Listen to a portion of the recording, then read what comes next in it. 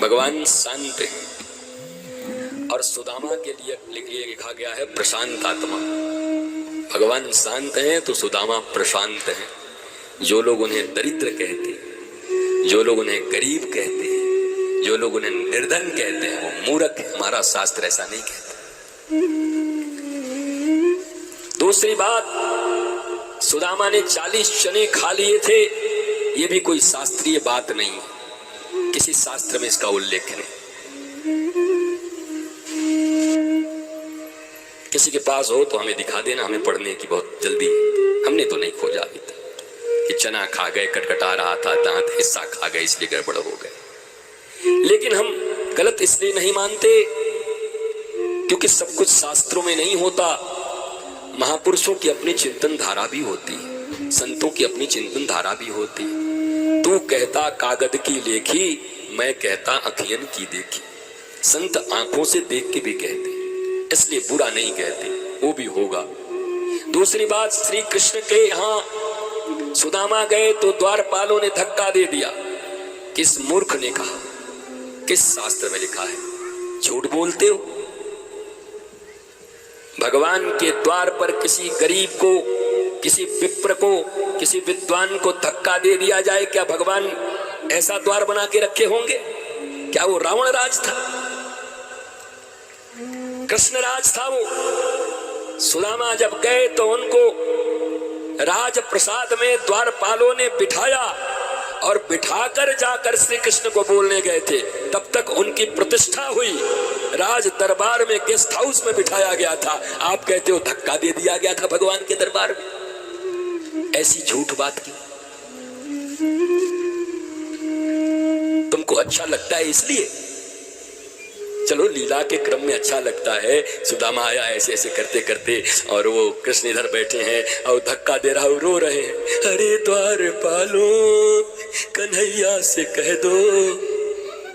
जरा सोचो, श्री कृष्ण की नगरी में किसी ज्ञानी पुरुष को, विप्र को, संत को, गरीब को, निर्धन को अगर इस प्रकार से धक्का दिया जाएगा तो क्या ये भगवान का दरबार होगा? तो जाने अनजाने अपने भगवान के दरबार का तुम अपमान कर रहे हो या सम्मान कर रहे हो? बोलो। केवल एंटरटेनमेंट के लिए कुछ भी बोलोगे, मनोरंजन के लिए कुछ भी बोलो। और भगवान कृष्ण के द्वारपाल बड़े समझदार हैं। एक बार तो विष्णु के यहां थोड़ी गड़बड़ी की थी तो रावण बनना पड़ गया था। सनक सनंदन गए थे ना, तो द्वारपालों ने रोक दिया था। है नंगे लोग कहां जा रहे हो? भगवान के यहां नंगे लोग नहीं जाते। अरे बड़ा दुष्ट हो, तो महात्माओं के वस्त्र देखता है। और फिर श्राप दिया, जा राक्षस बन के पैदा हो जा।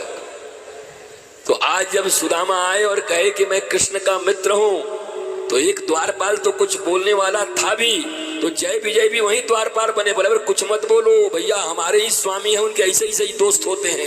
एक बार चक्कर में फंसे तो 3 जन्म लेना पड़ गया रावण इत्यादि बन करके। अब की फंसे तो पता नहीं कितना जन्म लेना पड़ेगा। महाराज ये पक्का होगा, भगवान ही का मित्र होगा, ये दूसरे का नहीं हो सकता है। हमारे ठाकुर जी ऐसे ही सही मित्र रखते, निराले हैं ठाकुर जी हमारे। तो द्वार पर कोई मिसबिहेव नहीं हुआ उनके साथ। माय डियर भारतवासी, आपको ये चीजें जानना जरूरी है, क्योंकि यही चीज बनते बनते बनते बनते सैकड़ों साल बाद फिर कोई उठेगा इतिहासकार, बोलेगा कृष्ण कृष्ण करते हो। अगर वो राजा इतना अच्छा था तो उस राजा के दरबार में दरबारी ऐसे कैसे थे जिसने ऐसे किसी व्यक्ति को धक्का दे दिया हो, बूढ़े आदमी को गिरा दिया हो? क्या जवाब दोगे? बोलो, क्या उत्तर होगा? अभी तो 500 साल के बाद रामायण के ऊपर सवाल उठा रहे हैं।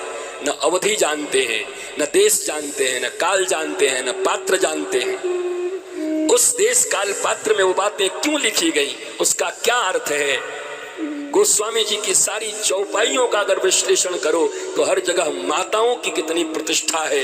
गोस्वामी जी की एक एक चौपाइयों को देखो तो भक्तों के लिए केवल लिखा है कि केवल भक्ति के नाता को मानते हैं, कोई जाति पाति नहीं जानते, लेकिन उनके ऊपर विवाद उठा करके हाय हाय कर रहे हैं 2024 में वोट पाने के लिए। वोट नहीं मिलेगा इनको, ये कुछ भी कर।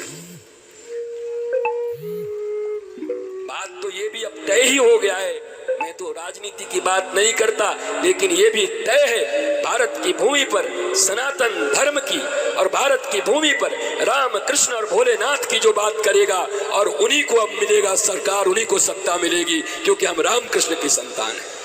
हम विधर्मियों को अब सत्ता देने वाले नहीं हैं, विधर्मी सत्ता में नहीं आएंगे। महाराणा प्रताप के वंशज है महाराज, घास की रोटी खाएंगे लेकिन ठाकुर की सत्ता चलेगी, भगवान राम की सत्ता चलेगी, कृष्ण की सत्ता चलेगी। यही होना चाहिए, यही सनातन संस्कृति है। अंधेपन में नहीं कह रहे, लेकिन यह समझना जरूरी है। सुदामा जी अंदर गए, भगवान ने उनका पांव इत्यादि धो दिया अपने आंसुओं से, सारी रानियों ने प्रणाम किया। भगवान लेने नहीं, सुदामा लेने नहीं गए थे, सुदामा के पास कुछ नहीं था अपने बच्चों को खिलाने के लिए, अपने बच्चे भी नहीं खा पाते थे क्योंकि अयाचक वृत्ति थी। इतने बड़े विद्वान थे कि अगर कोई ज्योतिषाचार्य का बोर्ड लगा करके अगर बैठे होते तो शायद लाखों करोड़ों रुपए कमा होते। इतना बड़ा ज्योतिषाचार्य आज तक कोई पैदा नहीं हुआ, पर उनका नियम था वो किसी से मांगते नहीं थे, अयाचक वृत्ति थी उनको तुम गरीब कहते हो, उनको तुम निर्धन कहते हो, उनको तुम 2 टके का कहते हो, वो उनका चुनाव था, उनकी गरिमा थी, उनकी गवेषणा थी। नहीं मांगूंगा किसी से, धर्म नहीं बेचूंगा, अपनी विद्या को नहीं बेचूंगा। कृष्ण भजन करते, बच्चे छोटे छोटे रोने लगते, मैया आग जला करके मिट्टी का हड़िया चढ़ा करके पानी रख देती, सुबह से शाम तक वो पानी खदकता रहता, बच्चे जगे रहते, आज तंदुल मिलेगा, आज भात मिलेगा, आज तंदुल मिलेगा, और आग पे चढ़ा चढ़ा केवल पानी के मिट्टी के हांडी फट करके जब बिखर जाती, कुछ रहता अंदर में नहीं और केवल पानी निकलता, तो बच्चे माँ की तरफ देखते हुए, अरे मैया कोई अपनी औलाद से भी झूठ बोलता है तो झूठ बोल, 6 घंटे से पानी गर्म करती और कहती इसमें चावल है। वो सुदामा जिनकी विद्वता और जो ट्यूशन पढ़ाना शुरू कर देती है राजा के बेटों को, तो न जाने कितना धन का अंबार लग जाता, इतने विद्वान थे। उन सुदामा के विषय में तुम्हारी धारणा है कि वो गरीब, निर्धन, दरिद्र थे, दया के पात्र थे, और ऐसे किसी दया के पात्र हीन व्यक्ति को भगवान अपने इस पर बिठाएंगे। महाराज भगवान ले गए, चरण को प्रक्षाल किया है आंसुओं से। ये आंसू की बात वही दूसरे दिन की है। तेजो वारी मृदाम यथा विनिमयो यत्र त्रिसर्गो मृषा धामना स्वेन सदा निरस्त कोकम सत्यम परम धीमहि। तेजो वारी बोला कौन सा जल चाहिए? गंगा जल चाहिए, जमुना जल चाहिए, रावी ताप्ती, कौन सा जल चाहिए? बोला कोई जल से भगवान प्रसन्न नहीं होते।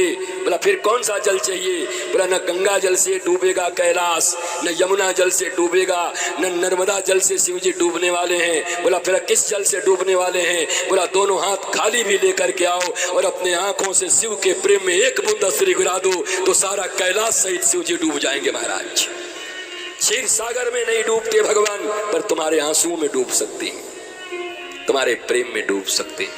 क्षीर सागर नहीं डूबा पाया उनको आज तक। तो तेजो बारी मृदाम,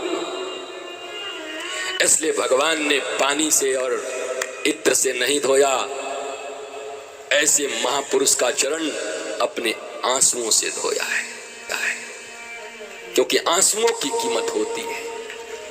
भगवान ने सारे आंसू दे दिए सुदामा को कि हे महापुरुष, आपके चरण धोकर मैं श्रेष्ठ हो गया। जाने लगे तो भगवान ने 6-7 दिन के लिए कुछ कपड़े उपड़े दिए थे, पीतांबरी वगैरह। भगवान बड़े कौतुकी हैं, सब उतरवा लिया, दे दो। और रुक्मिणी जी को बड़ा खराब लगे कि देने देने में बड़े कमजोर हैं हमारे पति। बताओ इतना पुराना मित्र है, पीतांबरी भी उतरवा रहे हैं। बोला भैया आप जा रहे हो? बोला सब उतार दो। सुदामा जी बोले महाराज पहले से पता होता तो अपना लंगोटी धो लेते, कम से कम पुराना वाला, हम तो सोचे नया कपड़ा हो गया। मजे की बात है सुदामा अपनी उसी लंगोटी में निकले, और जब निकले तो द्वारिका की लाखों जनता सड़कों पर उमड़ गई। सब दौड़े दौड़े आए, बोले जय हो संत की जय हो, महंत की। बोला क्या हुआ? बोला इस द्वारिका की नगरी में हजारों लोगों को आते हुए देखा। वो निर्धन आते थे और गाड़ियों रथ में भर करके ले जाते थे। ये पहली बार ऐसा अलबेला महात्मा आया है, जो लंगोटी पहन के आया था द्वारिका से वही लंगोटी पहन के जा रहा है। अरे वारे संत वारे महंत, जय हो तुम्हारी जय हो। सुदामा की आंखों में आंसू आ गए। काश अगर एक पीताम्बरी भी पहना होता तो आज इतनी प्रतिष्ठा मिलती। मेरा गोविंद मुझे प्रतिष्ठा देना चाहता था। यद्यपि उनके पहुंचने से पहले उनके बंगले बना चुके हैं वो पोरबंदर में, सुदामापुरी बना चुके हैं। ठाकुर जब देता है तो इज्जत के साथ देता है, दुनिया को पता तक नहीं चलने देते। और हम जब देते हैं तो भगवान की भी इज्जत उतार के नोट ऐसे ऐसे करके बिजली रानी को चढ़ाते हैं। लानत है तुम्हारे नोटों पर और लानत है तुम्हारे लिफाफों पर। अपने लिफाफे अपने जेबों में भरो, अपने पास रखो। ठाकुर ने दिया सुदामा को। पूरी द्वारिका की जनता उमड़ करके जय जयकार कर रही है कि ऐसा महात्मा आज तक। लेकिन जब महात्मा घर पहुंचा तो वहां दो लोक बने हुए थे पहले से। ठाकुर देता है, प्रतिष्ठा भी देता है, इज्जत भी देता है और वस्तु भी देता है। हम मनुष्य हैं, हम भी देते हैं रिश्तेदारों को, नातेदारों को, गुरु को, भगवान को, पर देते हैं तो इज्जत उतार के देते हैं, उसकी इज्जत को तार तार करके देते हैं। मत दिया करो किसी भागवत की और किसी गुरु को तुम्हारे पैसे की जरूरत नहीं। पहले संस्कार सीखो। अगर संस्कार आ जाएं तो हरिश्चंद्र की तरह पूरे परिवार सहित ही कहो कि आपके चरणों के दास हैं, सब आपके हैं महाराज। हरिश्चंद्र ने सपने में अपने गुरु को दान दिया था और फिर अपनी पत्नी तक को बेच दिया। बताओ आज की दुनिया में कोई ऐसा करे तो पहले तो बाबा पे मुकदमा हो जाएगा कि इस आदमी ने इसका बुद्धि खराब कर दिया, ये पत्नी बेच दिया अपना। बताओ, इस पे षड्यंत्र का मुकदमा डालो।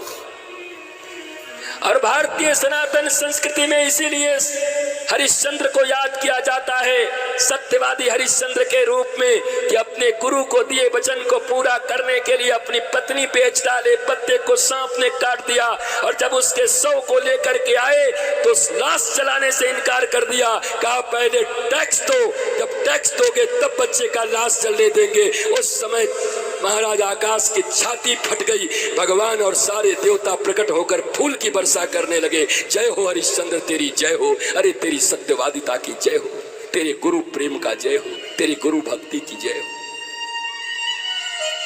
तो बातें तो बड़ी आसान है साहब, पर कदम बढ़ाओ, एक बढ़ाओ, धीरे धीरे धीरे सीख जाओ। डर के मारे बढ़ाओ ही मत, ऐसा नहीं, एक तो बढ़ाओ, बाकी ठाकुर पूरा कर देगा। सुदामा को भगवान ने तार दिया, सुदामा प्रसन्न हो गए।